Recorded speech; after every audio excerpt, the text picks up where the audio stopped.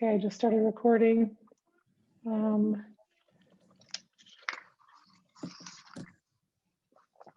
There's only 3 things on it, so I can probably just. Okay, I'm going to open the meeting. This is the Ordinance Review Ad Hoc Committee. We are meeting. I don't have the great verbiage right now, but we're meeting remotely on Zoom because we've been allowed to do so. Present tonight are the members Helen Korchik, Kay Collins, Natalie Gomez, Tom Peak, Sam Sharon, is that how I pronounce it? And Mitch, Officer C2 with us as well. So is there anyone from the public that would like to say anything that's not on the agenda? Okay, nope. Did everyone get a chance to look over the minutes? Anyone want to make a motion for approval? Motion to approve minutes from the last meeting. Second. Okay, second by Helen. I'll do a quick roll call. Tom? Yes. Sam? Natalie? Approve the minutes? Cool. Yes, That's sorry. a thumbs up. Okay. Yes. Yeah. Helen? Yes, and they're approved. Thank you. Thanks for doing those so quickly, Kay. This probably feels good. If you do them really quickly, trust me, then it's like you don't have to wait on you for. Oh, yeah. Who would like to take minutes this meeting? Try. Okay, you can do it. I trust you. You can always watch the video if you miss something. Right. And I'm just going to schedule the next meeting now because by the end I'm so ready to get off that I didn't even think about it. So is 2 weeks from this, are we doing, does 2 weeks from this Tuesday work for people? Let me, what's the date of that? The 16th. Yeah, okay. I'm just pulling up the city meeting calendar. Oh, thank you, Tom. I have nothing in me. There's a chance I might not be able to make it, but don't let that stop you. I think I should be able to, so. Okay, does the 16th work for everyone else? Sure. So I actually have something on the 16th. I'm sorry. No, it's okay. Do you want to push it out to March 2nd or do you want to be seen? I wouldn't mind. This month is like really busy because there's other, well, for me anyway, I'm on another committee, a hiring committee. We could do the next week's the 23rd, but there's a school committee meeting. Then there's the 2nd. And we could have or on, there's the 13th. The 18th, I mean, which one? Natalie and I think have conflicts generally on Thursdays, but if we did push it out to the 2nd, then would we just agree to do 4 chapters before we meet instead of 2? Oh, Sam, are you in two windows, Sam? Okay, Sam, Sam, you're on mute. Oh, sorry. I got disconnected, so. Okay, now you have 2 Sams. You've duplicated. Yeah, we could read more, 2 or 3. We might be also getting feedback from departments by then or something. So that's fine. We could just read more. But then but the thing is, I don't want to have really long meetings because we get really into the weeds. And so we still only have so much time to discuss, you know? So, I mean, we can just take it to, go ahead. Yeah, do Mondays work for people or do people have conflicts on Mondays?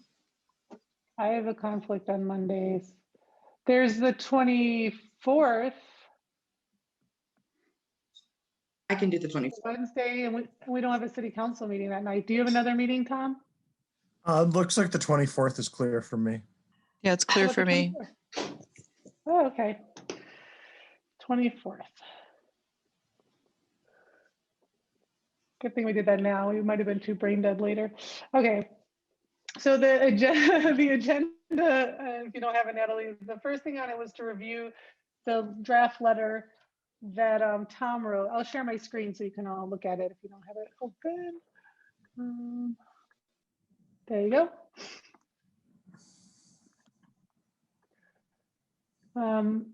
Thank you, Tom, for taking the time to draft this. The only thing I had when looking at it really quickly was that I kind of want our request that they review it, not to be like, if you have something to say, I want it to be a little bit more like, we're requesting that you look at it and give us feedback, versus we would welcome, more like, please give us. Yeah, that What do makes you think of that? I'm fine with that. Okay. And does anyone else have comments on reading this? One thing that I thought, but I didn't want to put it in writing until running it by you, was Lindsay as chair, that maybe we put like your name and contact info at the bottom, just so Sure. that they have a point of contact. I just didn't want to put that down without running it by you. Okay, thank you. Yeah, I was thinking to do that and then say to them, give them an option to either, if they just wanted to call me, like if there's a few things they just like, it would take them too long to try to write it out to explain, they might want to just call me and say, this doesn't make sense because of this. They could call me or write. Either way. I'm just drafting here, so feel free. I'm just not necessarily right here. I'm just drafting a sentence that's more like something like, we are asking that you review the ordinances that pertain to your department.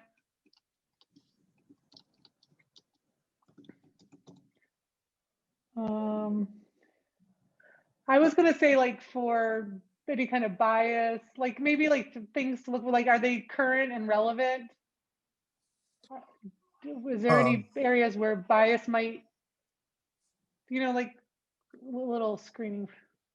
I'm brainstorming, so feel free to interject. And also, and again, we didn't really get to discuss it much the last time around, but I want to be very clear. The part of the ordinance review is to fix what's already there, but not to add things or remove things. Right. Well, if we recommend they remove something, we can, in our review, if something's not relevant anymore or current, we could remove it. I don't think we want to add things. We might ask that the ordinance review committee look at something, but yeah, we're not making new laws now. Right. Only things that are there. Yeah. I guess we could, I mean, in theory, be like, hey, we happen to notice that there's nothing about this. But yeah, that's writing a whole new thing, like noting that something's not there is different from like writing new legislation, which would slow us down by months. That's what I'm talking about. Yeah. No, that's a good point. Yeah, we don't want them to write. Do you think that it's understood that they are also welcome to attend these meetings, and that they can find out, whoever? I mean, I think that maybe that's obvious, but just sort of a direct invitation for any of these department heads or committee members to attend a meeting and see how it's going. And participate. Well, I would like to I'd like them to attend, but I feel like we need to be more directive. Like, as we approach a chapter that we're going to invite you, we ask that you attend if possible. Like, so I don't know, I guess we could have had the building inspector here for some of the buildings, but like when we hit personnel, it might be nice if the HR director of personnel comes. Can I make a I don't know who's in. Yeah. I think that when it comes to reaching out to people, like what we might want to have a meeting like ourselves before we invite people, just to make sure that we understand like what questions we're asking. Okay. Does that make sense? I mean, like, yeah.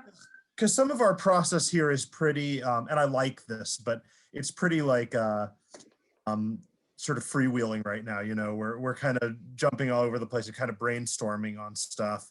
And I feel like when we get department heads here, they're probably going to appreciate it if we have like, hey, so it's over, we discussed it internally. Here are the questions we have. Here's the specific things. Now they Will might, you attend and Yeah, discuss definitely. that specific thing? Yeah, I think that makes sense. they might want some So- time to prepare answers or collect data too. Mhm. And it would be nice for clarity purposes anyway, just so everybody's on the same. Do we want to add something that just says, when we are discussing ordinances specifically related to your department, we will give you X amount of notice before inviting you to a meeting, and we will prepare you ahead of time, or we will notify you ahead of time of what specific questions we'll have for you when you attend. I don't know Just if we as- need to say that. I don't know if we want to box ourselves into, Mm. because it might just be like we don't understand something, and can you just, depending on the nature of it, and most department heads are pretty flexible. It doesn't have to be so formal, they can. Do we just want to say we may invite you to meetings where we're specifically discussing ordinances related Yeah. to your department? Yeah, Or we may request your attendance at, yeah.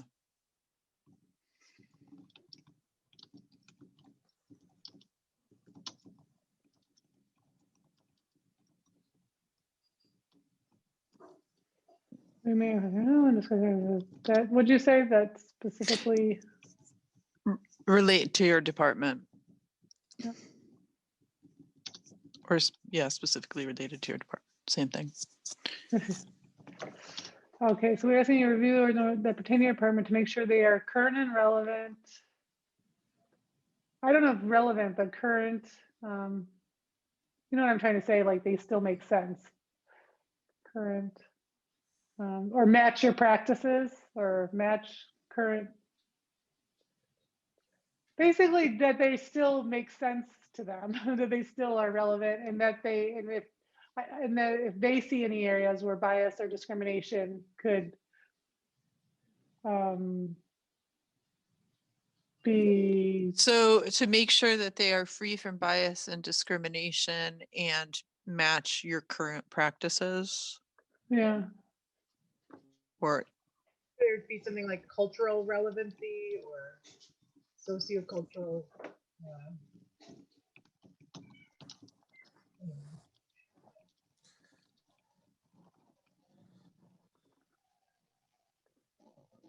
I'm just so tired now. My brain is not great.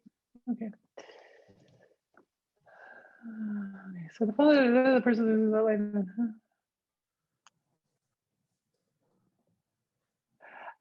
When writing, I like to put the request kind of up towards the front, so they don't, in case they stop reading after the first paragraph. So maybe we can kind of, let's see.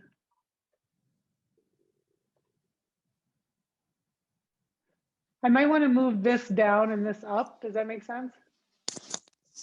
Like this one up. Sure. Right, that's been underway, and there's a community that may feel a chance to reach out to her.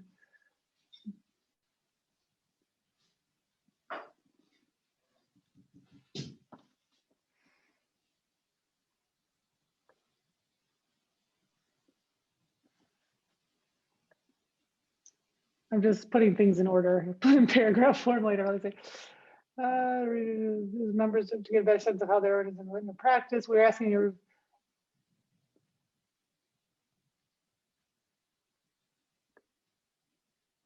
Maybe just hold on. Just putting this sentence down here for now, just out of my way. I just like to be really clear with our request. Let's see.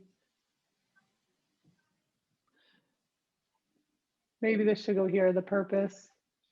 I think that actually the second sentence in the third paragraph should go after that, except for leave out in addition. So start a new sentence after current practices and just say, we would welcome any proactive feedback you might have on those sections of the ordinances which you most regularly interact with, after the word practices. Is that? I wish this was a Google Doc, Kay, and then you could be writing. Oh my God, on I it. know. It's killing I me. could make it a Google Doc. I'm gonna do that because your brain's on fire and mine is not.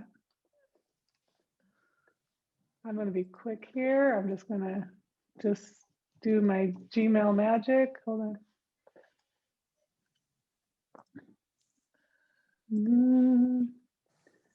Now I feel like I'm teaching class. This is what we do. I put stuff in, we all work on it together. Okay.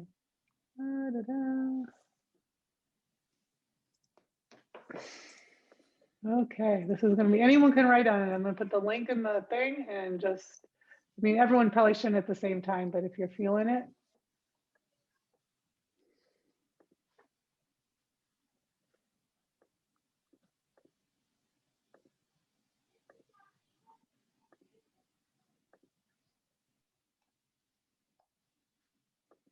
Okay, hold on a second. Just put the link in the thingy. What happened to it? Oh, is the chat not on? We don't have a chat? Okay. I think that with the changes from the stuff last week, Oh, I yeah. think they might have disabled Okay. the chat. We just, okay. In that Is case, it allowed for you to email the link to us? Yes. Yeah, Sure. we'll email you the link. Just gonna reply all to the last email.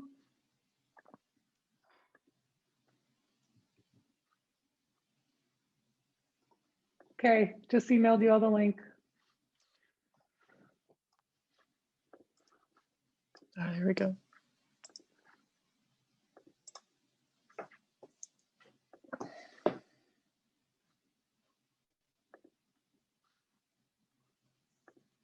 There we go. Oof, I feel so much better now. Since Kay's on fire. Anonymous llama.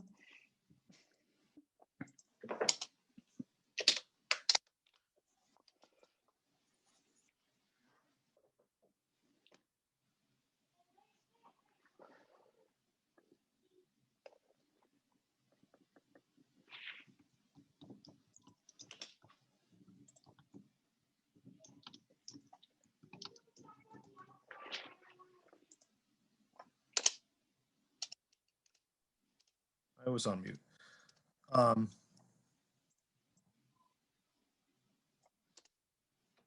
I changed it from this ordinance review process to an ordinance review process, Mm-hmm. since the paragraph that lays it out moved out. Yeah.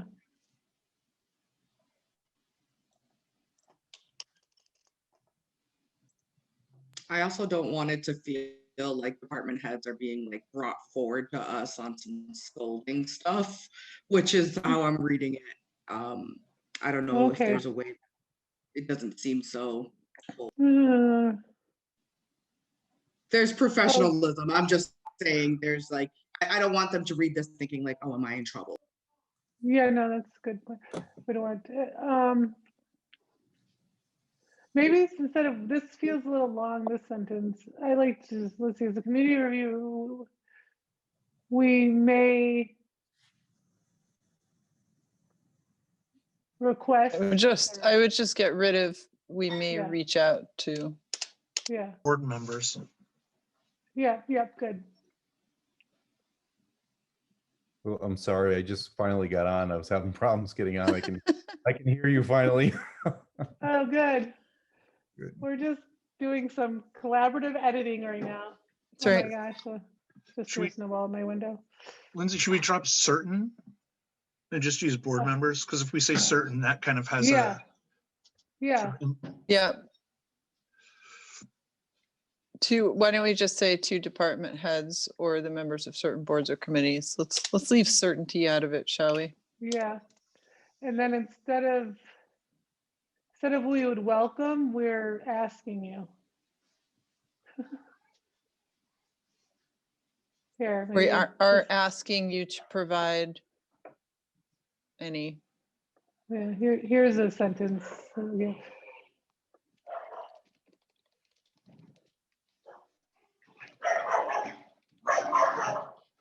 I'll mute myself or something.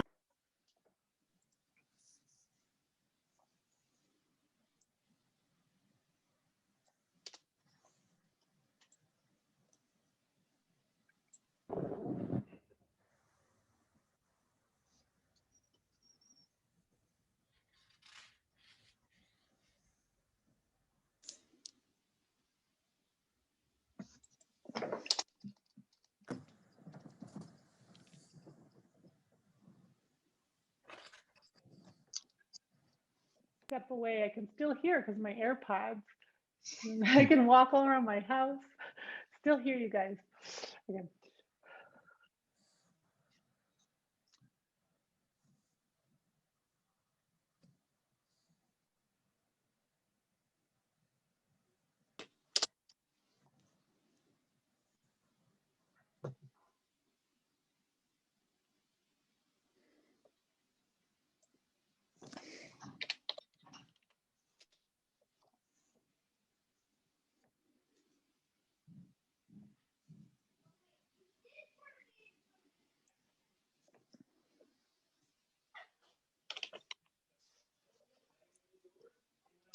Should we ask for proactive feedback?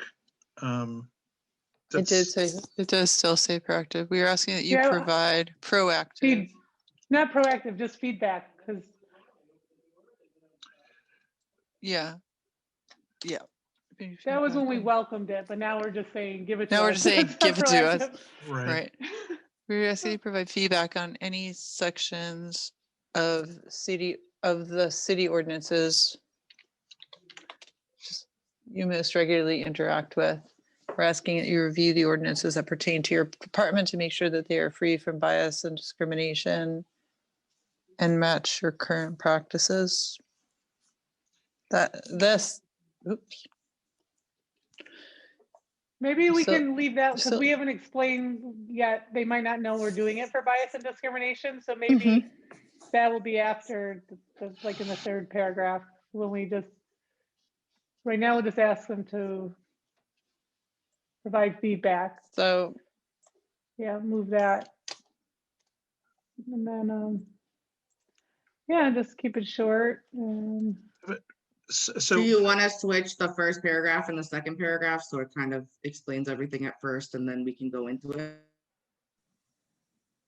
Say that again? First and second paragraph, if you want to switch them, it explains everything that we're doing. And then it breaks it down like, hey, this is what Yeah, we're doing. I guess we get, yeah. So I would say probably this.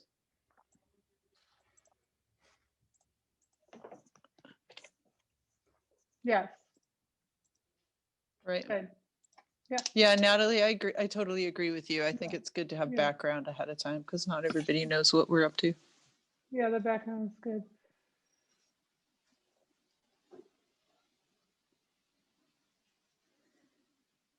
Okay. Really asking for feedback on this.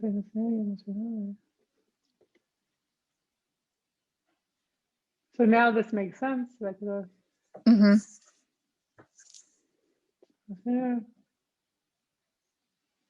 But this is kind of redundant. Let's see, put into practice.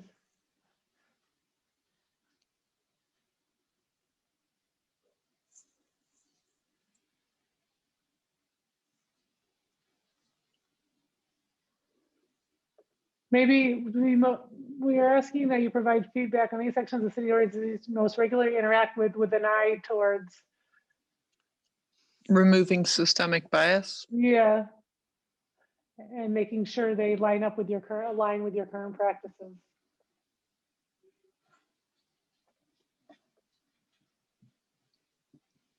Well, isn't that what we say at the bottom? I mean, yeah, at the bottom of that first paragraph kind of. No, but I just mean moving this up because this is redundant a little bit. That's what I mean. Right. Like, That's what I was, yeah. provide the most regular with an eye towards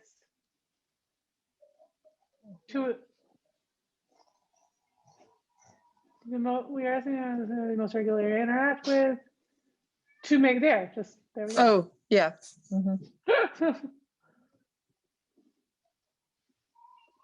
There? We have two prepositions like that? Oh, Okay, so So there's, if there's something I could just, with the second paragraph, Yeah, it says we may reach out to department heads. And then it says, we're asking that you provide feedback. So one is, we might get in touch with you. yeah. And then the other, How about we are reaching out to? yeah, so we should say we will. Well, we are with this letter. Yep. Right. Yep. We But are like- reaching out, we are reaching out to department heads and members of certain, and. I guess the one thing I would just say is, there's probably some city department heads, or certainly some boards and committees, who we won't have any questions for. I mean, Yeah, well, we just, didn't say all of them. We didn't say all of them. right. right, and I think we should put the sentence back in about we understand your schedules and a designated person. You can send a designee.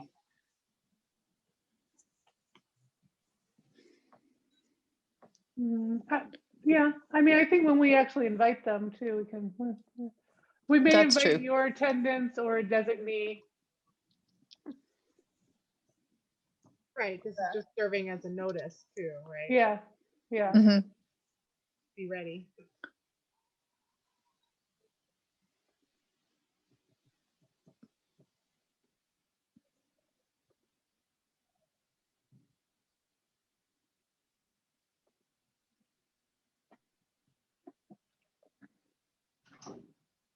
But how's it look, guys? Better. Thank you, Google Docs. I love Google Docs. I'm done. Okay, do people feel good with this? Would it be your attendance or that of a designee, or I think the other phrase was phrasing. What was the phrasing? Hold on. Yeah, or we can just leave it like that, and then when we invite them, we can say they can send a designee. That's probably fine. Yeah, that's fine. We don't need to get to when discussing. Yeah. Yeah, that's fine. I like the last sentence.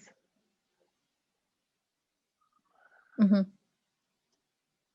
These names are cracking. Who's the anonymous shrew? Is that me? Yeah. Where did this person last strike? What am I? Yeah, my- Is it an anonymous I think skunk? I'm An the anonymous- manatee. Jealous. Anonymous hippo. Highlighted, thank you. Who am I? Yeah. Actually, let me see if I think I'm the hippo.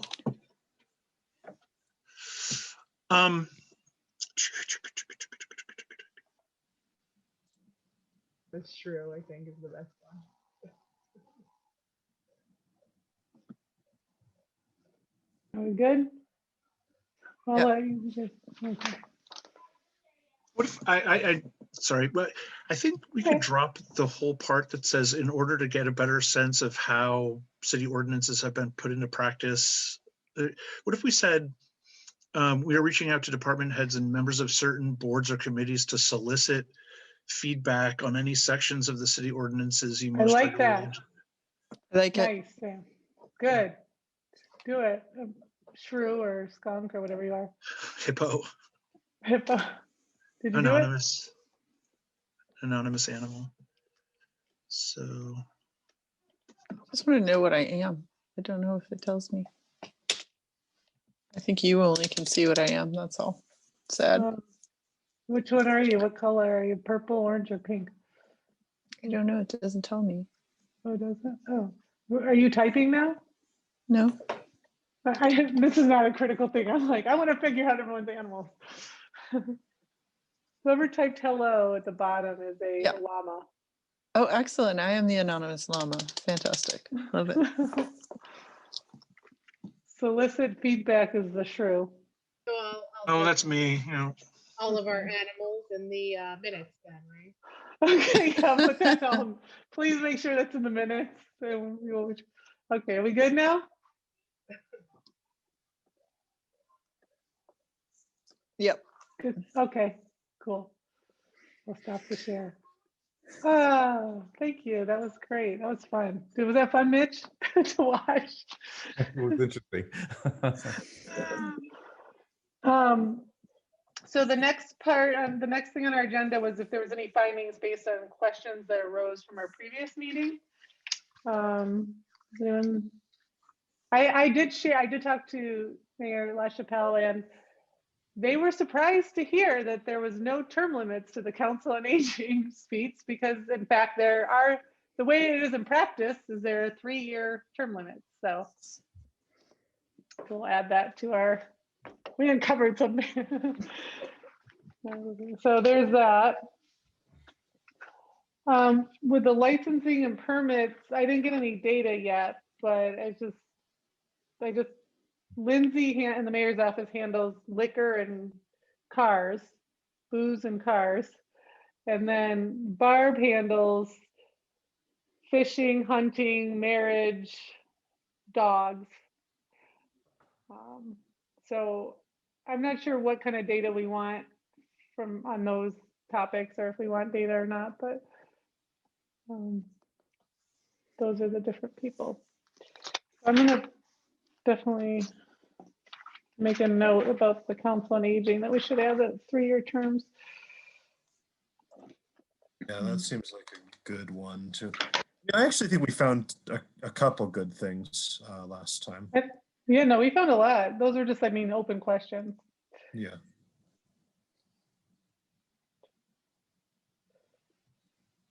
Okay. Is there anything else outstanding, or anything that's anyone discovered between last 2 weeks ago and now? Nope. All righty. Shall we jump into bicycles? All right. Free flow. Whoever has anything to say about the bicycles. I do want to say, I think the one part of that ordinance that's, would be most subject to harming people was actually reviewed and changed due to Eli Damon, who's like a bicycle safety and disability rights advocate. So in reading the bicycle thing, I noticed that we do have the caveat on the bike path stuff for people with different abilities, and then the open road, share the road part of it was just renovated was just rewritten in 2018 with Eli's feedback. I remember that vote. Yeah, I remember that. I wasn't there, but I remember hearing about that. Yeah. Yep. The one question that I had was in section 3-48, reporting of an accident. Well, I suppose this is a good question too for Officer Cece is do people actually report bike accidents to the police? And is there accessibility of reporting? Like, is there an online form for people to just file that? Like if somebody was for some reason not particularly comfortable coming into the police department, or people actually reporting bike accidents if it's anything other than like a major accident? Well, I don't think if I think they'd have to call the police department, actually make a report if they're in an accident for it to be filed. I can check to see if there's a way they can report a bicycle accident without actually backing us, but I don't think it's a formal accident report. I think the bicycle accident would be similar to a car accident report. They call it in, we take a report, do it, it would be assigned a number and we do a report. Okay. And then the only other question that I had under section 3-76 under penalties. So this is one that's about bike helmets. And it talks about any person under the age of 16 in violation of this chapter, the bike may be impounded by the police department. Violation is, subject to a fine.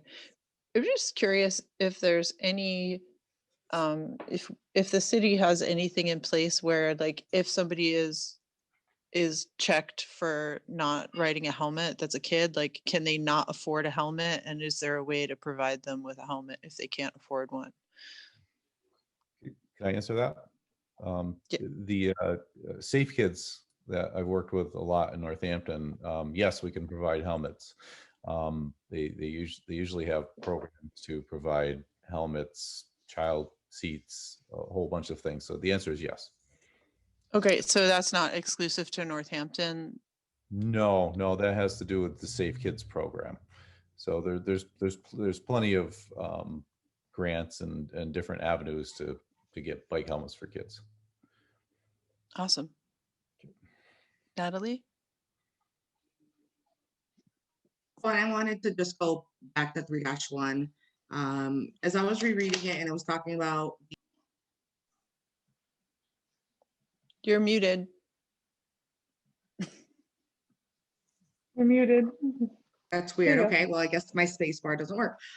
So I was talking about 3-1 and it brought up 170 pound limit. I don't think that's necessary. It doesn't matter how much you weigh. Chances are, if you can ride a bike, I think that is just unnecessary to ask. I don't know if you guys read that part. Nice catch. Where is that? So Low 3-1 is speed the electric first one. bicycle. Right. I would actually, so 3-1 in the definitions, it talks about the bicycle, a two-wheel vehicle, having a rear drive wheel or wheel, it should be rear wheel drive, that is solely human powered. At the very end, it goes, whose maximum speed on a paved level surface when powered solely by such a motor while ridden by an operator who weighs 170 pounds That is so weird. is less than think that 20 miles might an be- hour. And it It's doesn't like- even say like less than It or is more no than. one's It's like you business have to how much weigh you weigh. 170. You have to weigh exactly 170. You know what I think that Yeah, I don't think that's Troy? necessary. I think it's a bike. It's the Bicycle. definition. So it's talking about like I'm a bigger guy. I weigh like 230.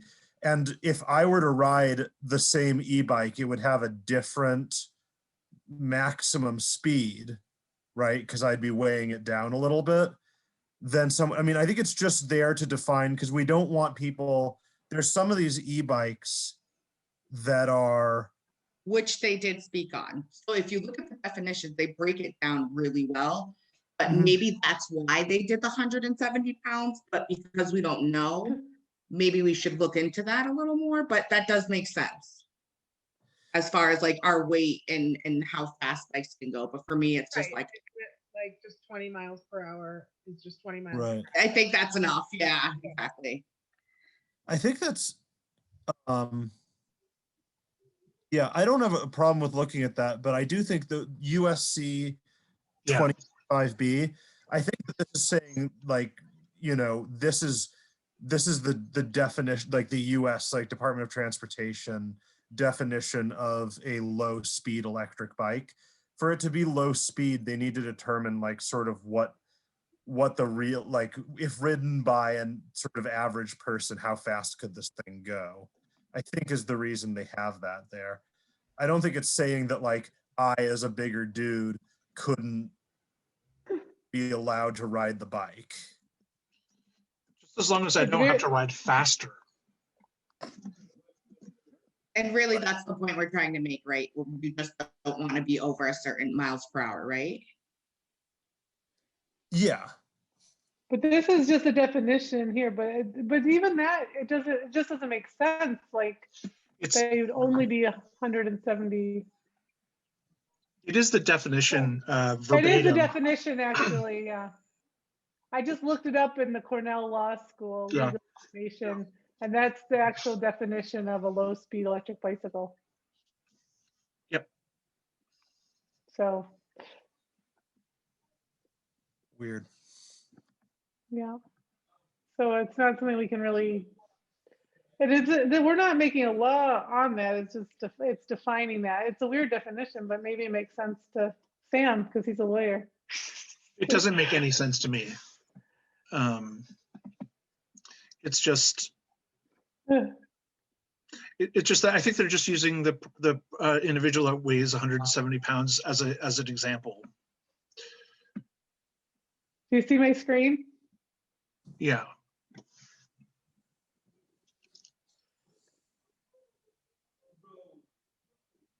Okay. Well, That's it. So you're just saying it's verbatim. Yeah. So the definition, if it's verbatim, we're not going to change it. well, yeah, but because we don't create the definition of the bicycle.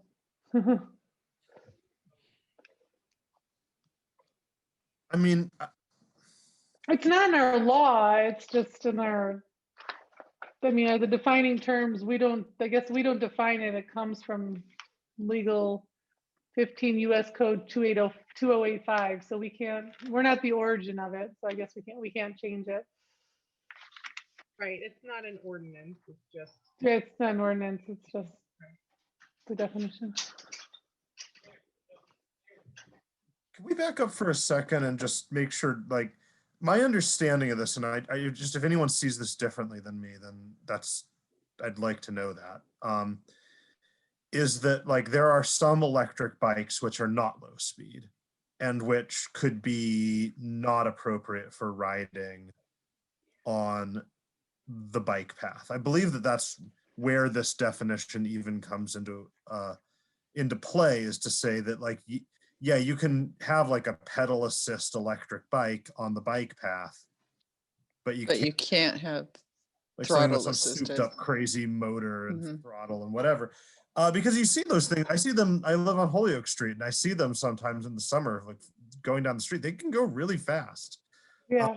You know, so that wouldn't be great if you've got like your 6-year-old sort of, you know, roller skating on, you know, the rail trail, and someone's going like 30 miles an hour on their throttle electric like bike. Yeah. And The so we have to, definition. yeah. Sorry. I was gonna say, I just reread it, and the definition now makes sense to me.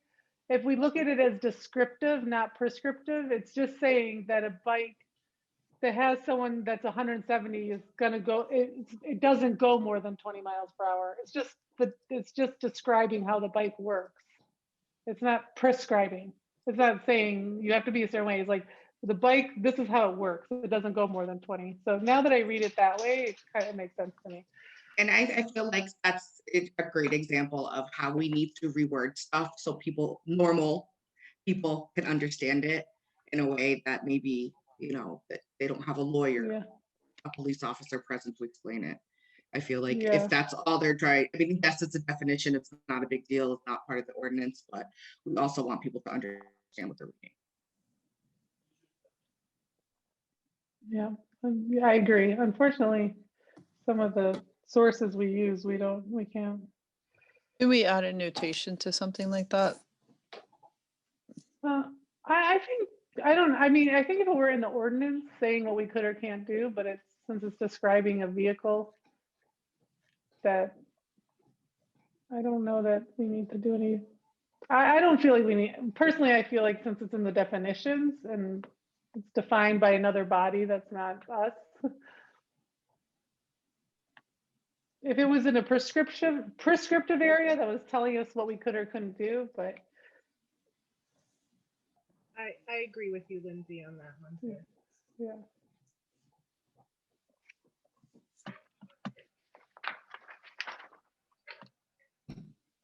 All right. Well, I didn't really see anything else in the bicycles. The only thing I saw was just one of those amazing sort of like what happened here to get this written things, which was 3-3 clinging to vehicles. Yeah. I was like, oh man, something bad happened which led this to be written. They came Back to the Future when he was like. Mhm. Right. Well, you know what? It was amended in 1989, so you might be onto something there. Oh no, Back to the Future. It was like, nope. We need to very explicitly say you can't do that. Helen, would you mind just making sure that there's a note for the 3-76 that there is the Safe Kids program. Yes, I did. Yeah, that. awesome.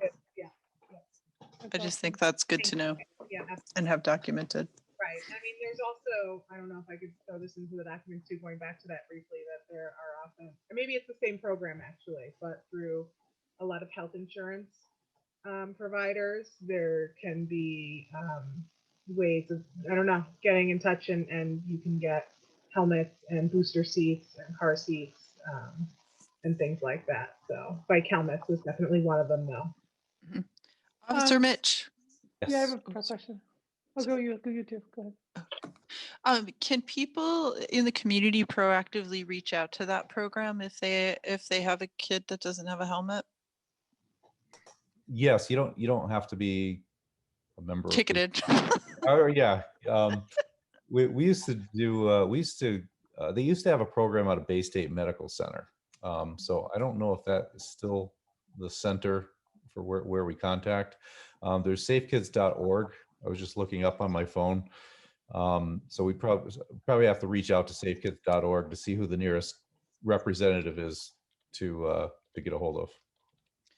Yeah, I was just thinking too, because Natalie and I work with a group that's doing some community outreach to people, and it might just be something nice to have in our pocket too, like when warmer weather rolls around, especially if there's still COVID lockdowns and kids need to get out, that it might be nice for us to know that for people in the community to know that there's access if they need it. Mm-hmm. The bike helmet giveaways work really well with bicycle safety programs. Mhm. So that's another thing that can be looked into to get kids there and trained and bicycle helmet.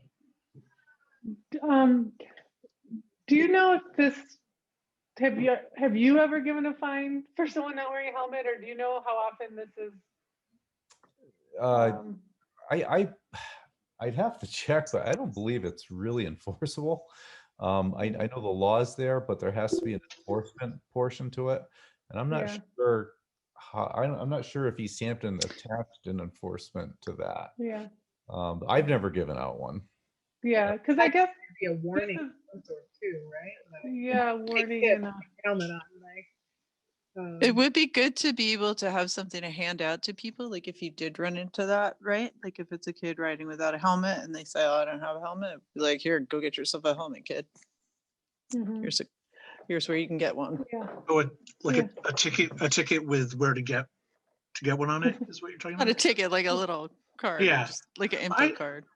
Yeah, How about a $20? How about a $20 gift Here's card? $20 bucks. for a gift card.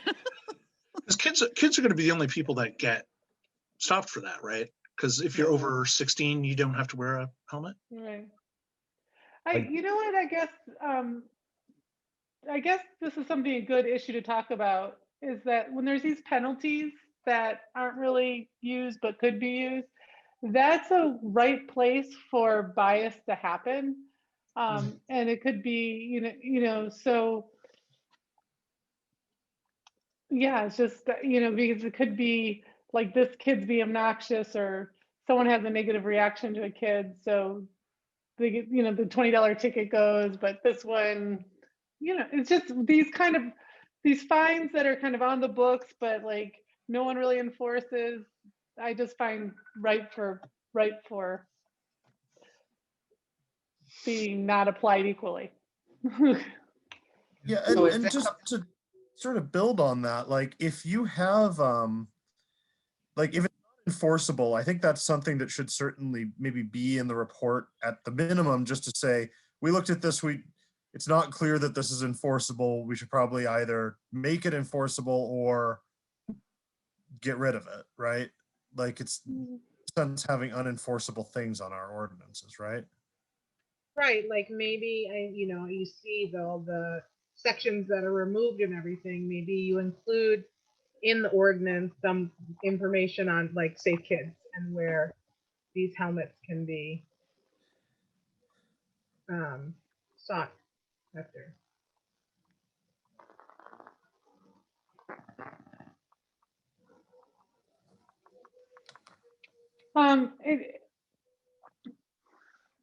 It's it's laws like this and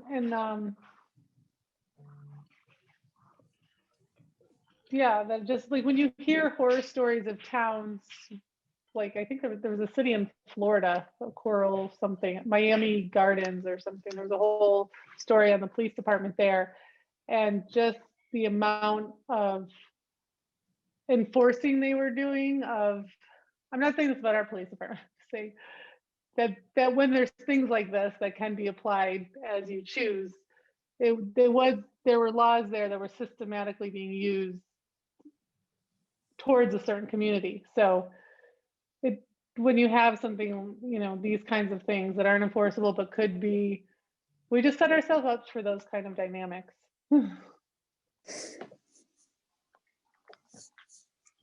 So I don't know what this, that's just, I don't know what to do with that thought. I'm just. Well, I mean, in that consideration, is that something that we could bring to the city council for a review? Yeah. Like, Yeah. here's what, you know, here and, you know, so bookmark this as something that could be applied inequitably. Maybe isn't really the fine part of it, maybe isn't really enforced. There are resources for people. Yeah. Like, does it need to be on the books, or does it need to be changed? Right. I mean, I think it's in the interest of the public that there's a ordinance that says that kids have to wear bike helmets, though, right? Yeah. Yeah. So it's weird, because if it's, on the one hand, you want to say, well, this isn't enforced, why is it even there? And on the other hand, you know, it's you'd rather leave something that says kids should wear a bike helmet than not. I would think. I don't know. Well, what if you can, like, not a punishment, but you can be asked to, you have to get off your bike and walk it. Yeah. I mean, I think right now, if a kid is found in violation of the ordinance, their bike is impounded, I think is how it reads right now. Yeah, and that's pretty harsh. Yeah. I mean, because that could be the kid's only transportation back and forth to school, right? So if it's a family that parents don't have cars, the kid's using it to get back and forth to school, and pounding the bike is pretty punitive. Yeah.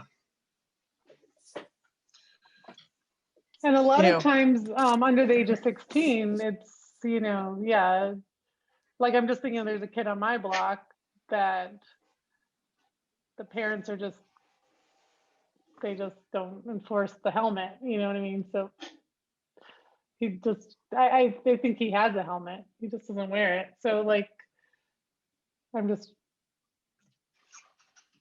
I don't know, you know what I mean? Like he should wear the helmet. The parents should be spoken to, not the 8-year-old, but it's just interesting dynamic. Right. But if it was something that, oh, sorry. Go ahead. No, go ahead. If it was something that was enforced, not the impounding, I don't think the bike should be impounded, but if there was multiple, you know, if there was multiple complaints or violations, that the kid would be required to attend a bike safety course that would be paid for by the city or provided by the city, whether it be an online course or watching Eli's safety video or whatever. Yeah, and like all these points, right, and I would guess that this is how our police put it into practice, as they treat it as points of education and, hey buddy, where's your helmet? Like you know, like it should be more of an what do we call it? Teaching opportunities. And, you know, and so it's just when laws are written, it's so punitive sounding. Really, if someone doesn't have a helmet, we want to educate them why they should be wearing the helmet and provide them with the resources to wear the helmet. Really, that's the end goal, that everyone's safe. That's probably, I imagine, how it does play out most of the time. But so it's just, do we want to, like, is this even worth having the book, the $20? I mean, what is $20? $20 is painful to people it's painful to, and to everyone else, it's not really a punishment. So that's how I look at it. So it's kind of a. Natalie is going to jump back in a sec. She was having some internet issues and couldn't hear us, so she just jumped off to jump back in. Okay, And the And I guess $20 this might is- not be enforceable anyway.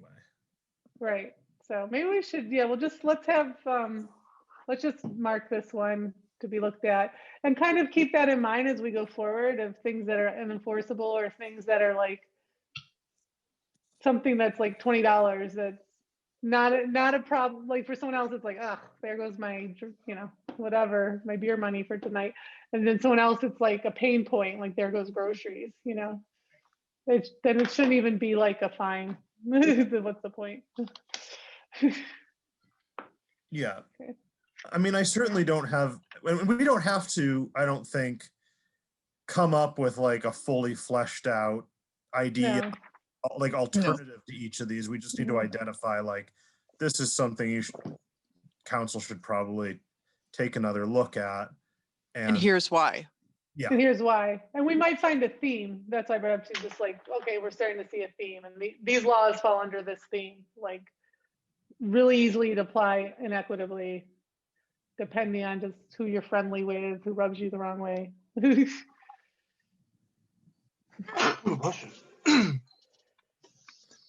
Okay. That was, see, we squeezed a lot of time out of the bicycle. Yeah. And we're not going later than 7:30 because otherwise we'll never want to meet again. Okay, so buildings. It was fun to read the wage law closely because I hadn't read it before closely, so that was good. Wage theft ordinance. It was kind of fun. I really came up with a couple of questions. In general,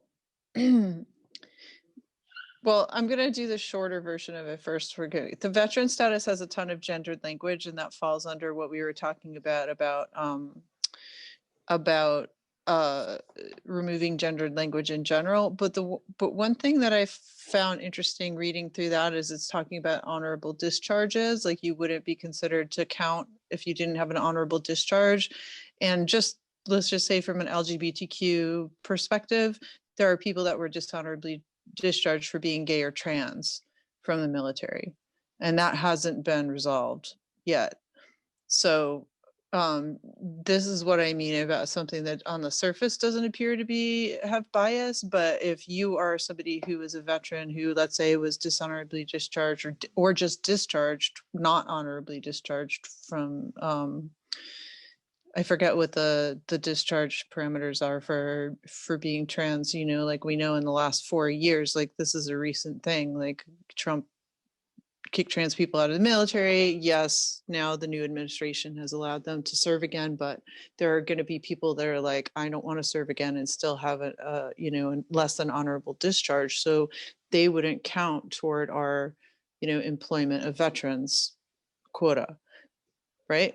So, and it's not to say necessarily like if you check a box saying you're a veteran, like somebody's going to look at it like a magnifying glass and look at your status, but it's definitely something that would potentially dissuade employers from employing somebody thinking that they're going to like check their boxes for this ordinance if the person wasn't technically honorably discharged through no fault of their own.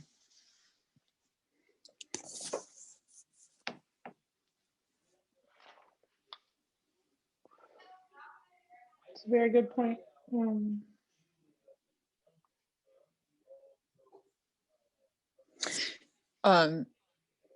just to follow that up, in the beginning, the beginning definition of minority said it was expanded to include people of color, but it doesn't like define like it does minority in this case also apply to the LGBT community? Does women also apply, to trans women? Are all women treated equally? And if you're checking gender on a form to say like you've hired, because it says you have to fill out your sex, your gender, is there like a non-binary option in that category for people to indicate too? Or is it just strictly gender binary? I think a lot of these, a lot in this section refers to law or policy that was made at a different level of government. Mhm. So either through either the state or federal government. So where it says people of color shall mean minority as defined in whatever Bulletin 14. Bulletin 14. I mean, that's a specific policy regarding in incentives and encouragements to hire people that have been at a disadvantage historically. Mhm. So it's just part of a greater system that it's kind of like the bike thing. It's defined at a different level. I have a question then. And I don't, it's not to say that that's the right thing, but. I have a question in response to that too then. Can everybody hear me? Okay. Yep. Yes.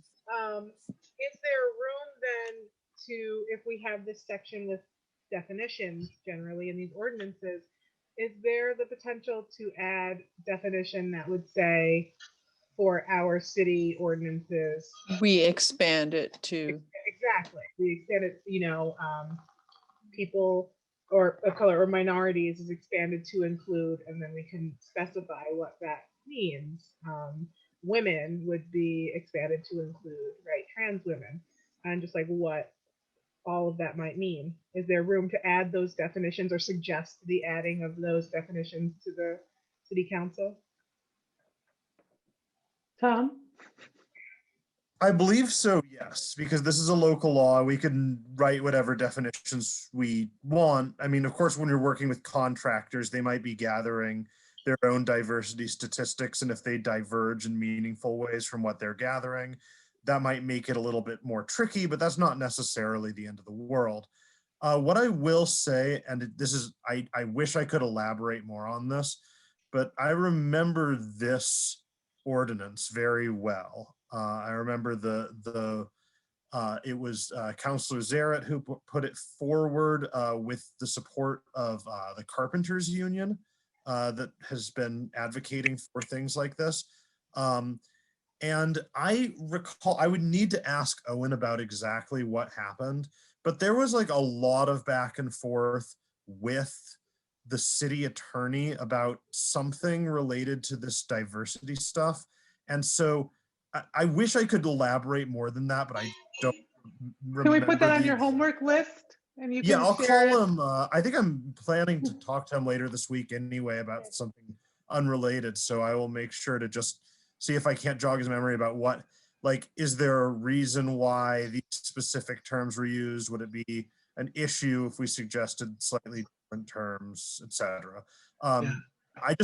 I remember this being a whole thing. So let me get you some more information for everyone. Okay, so then we can have it on the bullet of sharing of new findings next time. Great. Yeah, I really like that idea though, Helen, of having kind of the local, our understanding of what these terms mean. And I think you could define. I think we could define these terms in any way that we felt was best, and then say, unless as otherwise provided in any specific, ordinance, like this one where it refers to a specific Bulletin 14 for whatever reason in that application. But yeah.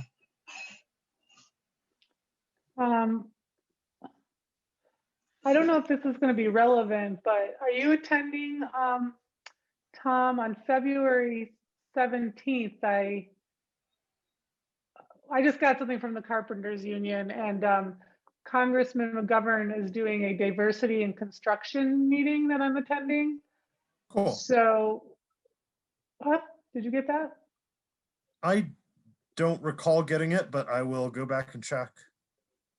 So Lisa sent it from the Carpenters Union, and it's proven strategies for achieving diversity goals, incorporating increasing opportunities. So I don't know, just since that's coming up on the 17th, it's a webinar, I can, in that, ask, it's the same kind of group, so I can ask questions too there. So while you're meeting with counselors there, I can, in that, ask, like, how are we addressing diversity when it comes to gender, non-binary, you know, so that. But I like for the veteran, I feel like in our city, for the thing, for what Kay brought up, that should be like a standard that we add in our veterans. Like if you are dishonorably discharged due to your, you know, gender or sexuality status, then you can still count as a veteran in our town. Right, for all Like those that's purposes. yeah. Yeah. And we could just, that'd be great to add anywhere we have veteran defined in our ordinances, just as a blanket. I like that. The tough part about that, though, is similar to, you know, these other things that where there are, and it's wrong and it should be changed, but you know, if there are certain benefits given to veterans that they get through the federal government, or I mean, I hear what you're saying, but in terms of how it relates to local ordinances. yeah, just Because like we're requiring local contractors to got it. diversify. Yeah, so yeah. Got it. Yeah, I hear what you're saying, but as if we have jurisdiction, then we can include it. Got it. So yeah, well, I like that. I mean, just from a practical standpoint, I don't see any contractor making too much of a fuss over having a broader pool of people that apply as veterans. No. Their statistics. Yeah, I don't think the contractors will care, but you know, it's just, it's also just, it's humanizing. If you were a person that was lost your, whether or not you were even in the military, if you're a trans person, but especially if you were a veteran that was dishonorably discharged for being trans, or if you're just a trans person or you're just a human and care about other people, and you read that, it just sets a tone for our city and how we expect humans should be treated. You know, I feel like. It's interesting. I'm just reading a little bit about people discharged under Don't Ask, Don't Tell. There are 100,000 gay members of the U.S. military discharged with dishonorable or less than honorable discharges due to sexual orientation. And when the Don't Ask, Don't Tell was put aside, you have to apply for changing your status. And, you know, at the time that the article was written in 2018, there was only like 500 requests that were put through because people don't. They don't know about it. Yeah. I don't know. Kay, would you want to take a stab at just writing a statement? Like because you have the statistic in front of you, like we recognize that this many people were discharged dishonorably, and in the city of Easthampton, we still honor you as veterans and include you in any local, something like that. Yeah, I would want to take it away as homework because this isn't, this was just a quick cursory Google no, search. homework. So. That's why I said Yeah, homework. Great. Homework. Thank you. Back in teacher mode, homework, got Tom homework, Kay homework, got more homework. Okay. But overall, I was very happy to see this law. And I know you guys, I just recently met with Lisa Clausen and she talked to me a lot about the origin of this law. And I was glad to see it on the books in the city. Yeah, no, it's great.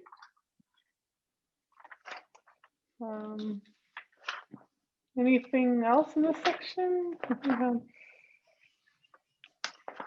No, I mean, I was going to mention that while veterans and people of color were defined, that that women were not, and that could potentially cause some sort of confusion around trans women and whatnot. But Kate beat me to it, and that was the only thing that was the only thing that really sort of that I noted through this whole thing. I think that there potentially is some like this is I really believe in this ordinance, and I also think that given the sort of big projects that have come before the council and the planning board over the last few years, just as a small aside, I think that there might be room in the next couple of years to look back and say, are there other sorts of projects that we will kind of want this to apply to, or other sorts of city benefits that we want to make contingent on people doing this kind of stuff. But that is probably a story for another day. Mhm. I think just to add to what everybody's already talking about, having like the same thing where we have like slight dictionary of updated information. So people of color are now considered BIPOC. You know what I mean? So everybody who reads it is now up to date. It's 2021. And if you don't understand it, we're breaking it down for you. Because even though they do the definitions, it only goes by part. There's no like definition area. I didn't find one anyway, where it was like, you know, people could be like, what is that? Let me look in the back. And, you know, you have to kind of go through each section. Or did I miss something? No? Okay. So yeah, I don't know if that's something that we could possibly do as we revamp ordinances.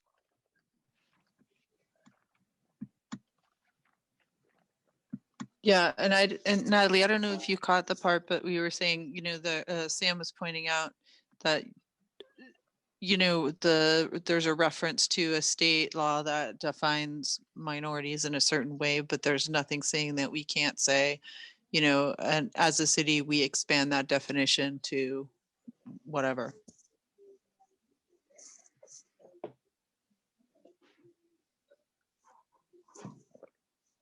And that's all I had for that section. Yep. I didn't have anything else. It was interesting reading about the historical commission. Rapid entry key system. All right, so we're good. We got some homework. My homework is I'm gonna send that out, to put it on the letterhead and send it out to the department heads. Hopefully they'll take a look, and I'm also going to attach the ordinances, the PDF, in case so they don't have to go look for it. All right, I guess we already set our meeting time. So unless there's anything else to say, someone can make a motion to adjourn. So moved. Seconded. Natalie? Helen? Sam? Yep. Tom? Yes. Okay. Yes. Yeah. And I vote yes, adjourn. And Mitch, you'll just have to, if you want to stay, you're welcome, but we're leaving. Thanks. Take care, everybody. Thank you, everybody. Thank you. Good night. Bye.